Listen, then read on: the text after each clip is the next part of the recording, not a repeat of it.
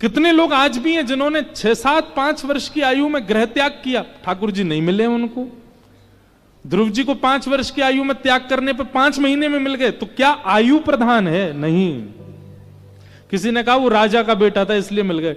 ये बात तो भूल ही जाओ कि ठाकुर जी पदवी देखते हैं या कुल खानदान देखते हैं। ये तो ठाकुर जी देखते ही नहीं।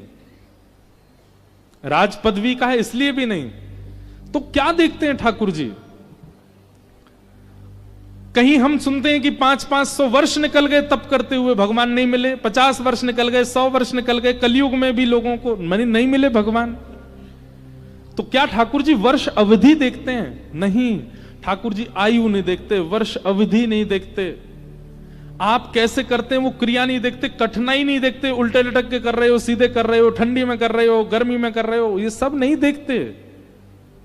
एक चीज देखते हैं बस, आप कैसे भी कर रहे हो, आपका उत्साह कितना है, आप व्याकुल कितने हो उनकी प्राप्ति के लिए, आप तत्पर कितने हो उनके दर्शन के लिए, वो ठाकुर जी देखते हैं।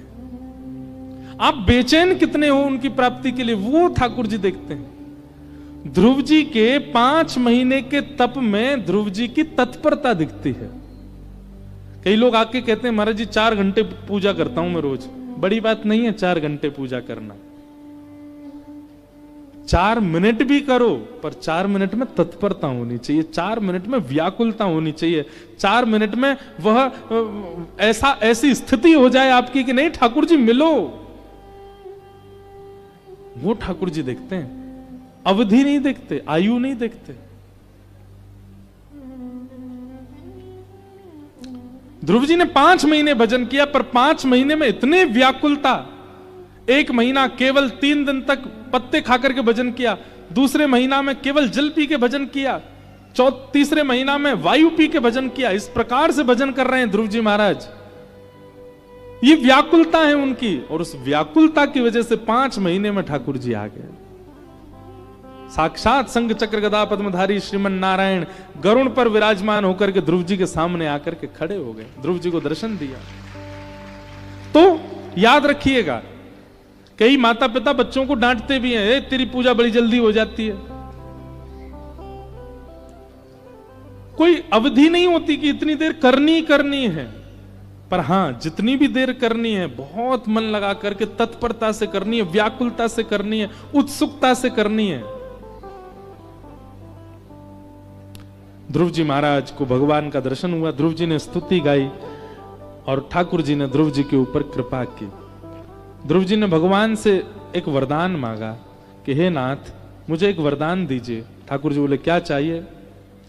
कि भक्ति मुह प्रवहताम त्वयि में प्रसंगो भूयादनंत महताम अमलाशयानाम ये नांजसोल्वणमुरु व्यसनम भवाब्धिम निश्चय भवद गुण कथा मृतपान मत्त। क्या मांगा? बोले हे नाथ, जिस प्रकार एक व्यसनी को, आप जो पहले दिन एक बात कह रही थी ना, अनुश्री जी ने एक मेरे को पुरानी कोई कथा की एक बात याद दिलाई, वही बात से ध्रुव जी कह रहे हैं। ध्रुव जी क्या कह रहे हैं? बोले जैसा एक व्यसनी व्यसन के लिए लालायित रहता है, वैसा मैं आपकी कथा के लिए लालायित रहूं। व्यसनी कैसा होता है? जिसको पीने खाने का होता है ना, जो पीने वाला होता है, चाहे वो मदिरा पान करने वाला हो, कुछ और करने वाला हो, जो भी, उसका स्वरूप कैसा होता है?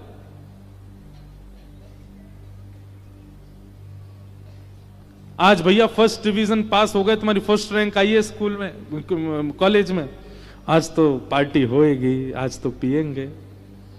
आज क्या हो गया? बोले आज फेल हो गए, 4 साल से मेहनत कर रहे थे, क्लियर नहीं हुआ एग्जाम। गम में क्या करेंगे? बोले आज तो पिएंगे, खोलो बोतल, खोलो निकालो। आज क्या हो रहा? बोले आज हमारा ब्याह है, आज तो पीना है महाराज, आज हम दुल्हा बन रहे हैं। आज क्या है?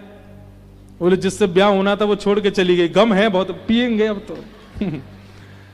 आज क्या है? बोले आज हमारे सब मित्रगण आए हैं, आज तो पिएंगे। आज मेरा मित्र हमेशा के लिए अलविदा, राम नाम सत्य हो गया, आज तो पीऊंगा रात को। वो क्या करता है? वो केवल बहाने ढूंढता है अपने व्यसन को भोगने के। उसके जीवन में अतीत में सुख आ जाए तो भी वो व्यसन करता है, और अतीत में कष्ट आ जाए तो भी वो व्यसन करता है। ऐसा ही एक भक्त को होना चाहिए। व्यसनी से भी कुछ सीखो, एक चीज सीख लो, क्या? व्यसन भोगने की जो उत्सुकता उसमें रहती है, ऐसा भक्त को होना चाहिए। कैसे? आज हमारी फर्स्ट रैंक आई, आज क्या करेंगे? आज नगर संकीर्तन होगा। आज क्या हो गया? बोले आज हम फेल हो गए। बोले नगर में नहीं, छत पे ही करेंगे, लेकिन कीर्तन तो करेंगे, फेल हुए। आज मेरा ब्याह है, ब्याह में रात्रि में संकीर्तन होना चाहिए। आज बोले जिससे ब्याह करना चाहते थे उसने मना कर दिया, बोले इसी गम में संकीर्तन करेंगे। मतलब जैसा एक व्यसनी का स्वभाव होता है, अति सुख और अति दुख दोनों में वो केवल व्यसन करता है, वैसा ही एक भक्त को होना चाहिए। वो बात यहां ध्रुव जी कह रहे हैं, व्यसनम भवाब्धिम निश्चय भवद गुण कथामृतपान मत्तः।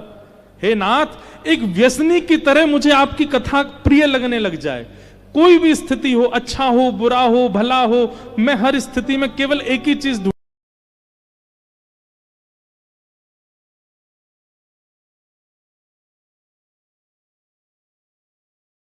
एक व्यसनी होते हैं, वो दिन में 20 बार व्यसन करते हैं।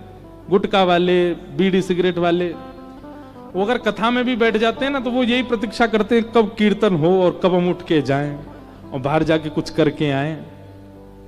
ऐसे व्यसनी होते हैं, वो कथा के बीच से भी समय निकाल लेते हैं। भोजन कर लिया, भोजन के बाद क्या अब तो थोड़ा थोड़ा व्यसन करेंगे।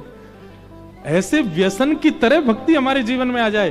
क्या किया? सुबह का बाल भोग हो गया, अब थोड़ा व्यसन के रूप में भक्ति करेंगे। अब राजभोग हो गया, अब थोड़ा कीर्तन करेंगे। अब सोने का समय हो गया, पहले कीर्तन करेंगे फिर सोएंगे। ऐसे हो जाए, वो बात यहां पर ध्रुव जी मांग रहे हैं। तो इस प्रकार ध्रुव जी ने व्यसन भक्ति मांगी ठाकुर जी से, भक्ति का व्यसन मांगा।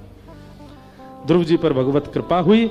इस प्रकार ध्रुव जी के वंश का आगे वर्णन किया गया, भूगोल खगोल का वर्णन किया गया, रहुगण जड़ भरत संवाद सुनाया गया। मैं सबको प्रणाम मात्र कर रहा हूं। पुरंजनोपाख्यान सुनाया, भूगोल खगोल का। अब सोचो कितनी है भागवत जी। इसलिए हम तो पता नहीं अब आगे चल के नियम बनाएंगे कि हम 7 दिन में किसी एक ही विषय पर करा लो भैया कथा। पूरी भागवत जी तो हमसे पूरी हो ही नहीं पाती, इतनी विस्तृत है। और फिर विस्तृत पूरी ना हो पाने का एक कारण यह भी है कि बीच में कोई पद याद आ जाता है, संकीर्तन याद आ जाता है, फिर कोई कथा याद आ जाती है, उस कारण वो पूरी नहीं हो पाती।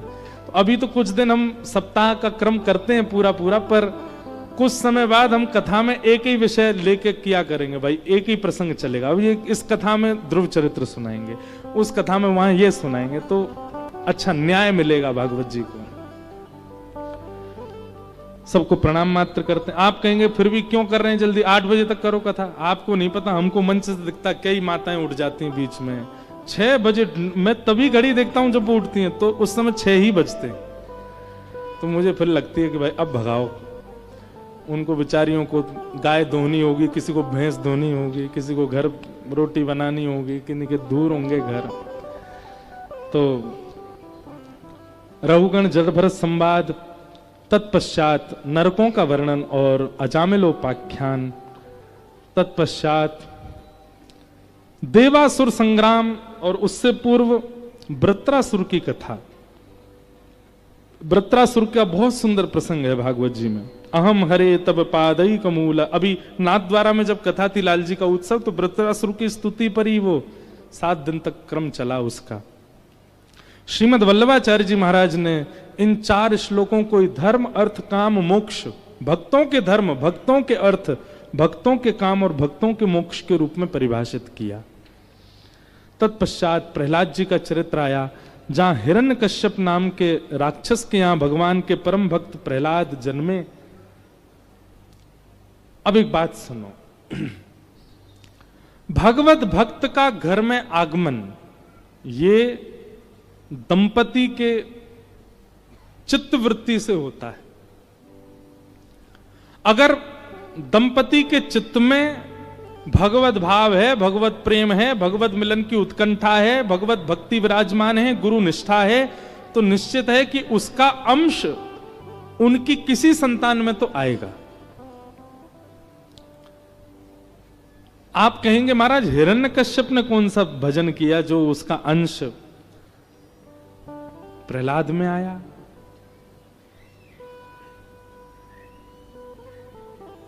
जरूरी नहीं है कि दोनों दंपतियों के प्रयास से ही वह संभव हो। दोनों के चित्त में भक्ति है तो विशेष, लेकिन है मातृ चित्त में होनी चाहिए।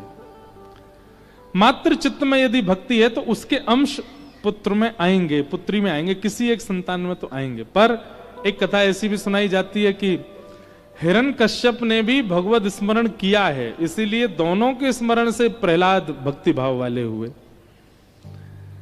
एक संत ऐसी प्रसिद्ध सुना रहे थे, लोक कथा जैसी है, कि हिरण्यकश्यप ने भगवान के साथ युद्ध करने के लिए मन बनाया, और जैसे हिमालय पर गए भजन करने के लिए तो नारद जी एक तोता का रूप धारण करके आ गए, और हिरण्यकश्यप जिस वृक्ष के नीचे बैठता, नारद जी ऊपर वृक्ष पर बैठ करके बोलने लगते, नारायण नारायण नारायण। हिरण्यकश्यप ने जैसे सुना ये पक्षी नारायण अपशब्द बोल रहा है, अशुद्ध शब्द बोल रहा है, वो शब्द बोल रहा है जो मुझे प्रिय नहीं। हिरण्यकश्यप ने स्थान परिवर्तित किया, कहीं और जाके बैठे तो नारद जी वहां भी पहुंच गए, तोता बन के नारायण नारायण बोलने लगे।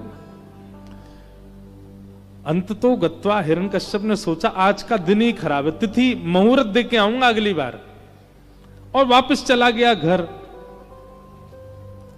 हिरण्यकश्यप की पत्नी कयाधु ने उनसे पूछा कि आप तो अमर होने के लिए गए थे, वापस क्यों आ गए? आपकी तपस्या तो बहुत लंबी थी, एक दिन में ही आ गए। तब हिरण्यकश्यप बोला, अरे देवी मैं गया था पर्वत पर, वहां एक पक्षी पता नहीं कहां से आ गया, वो बोले नारायण नारायण नारायण। हिरण्यकश्यप के मुख से नारायण शब्द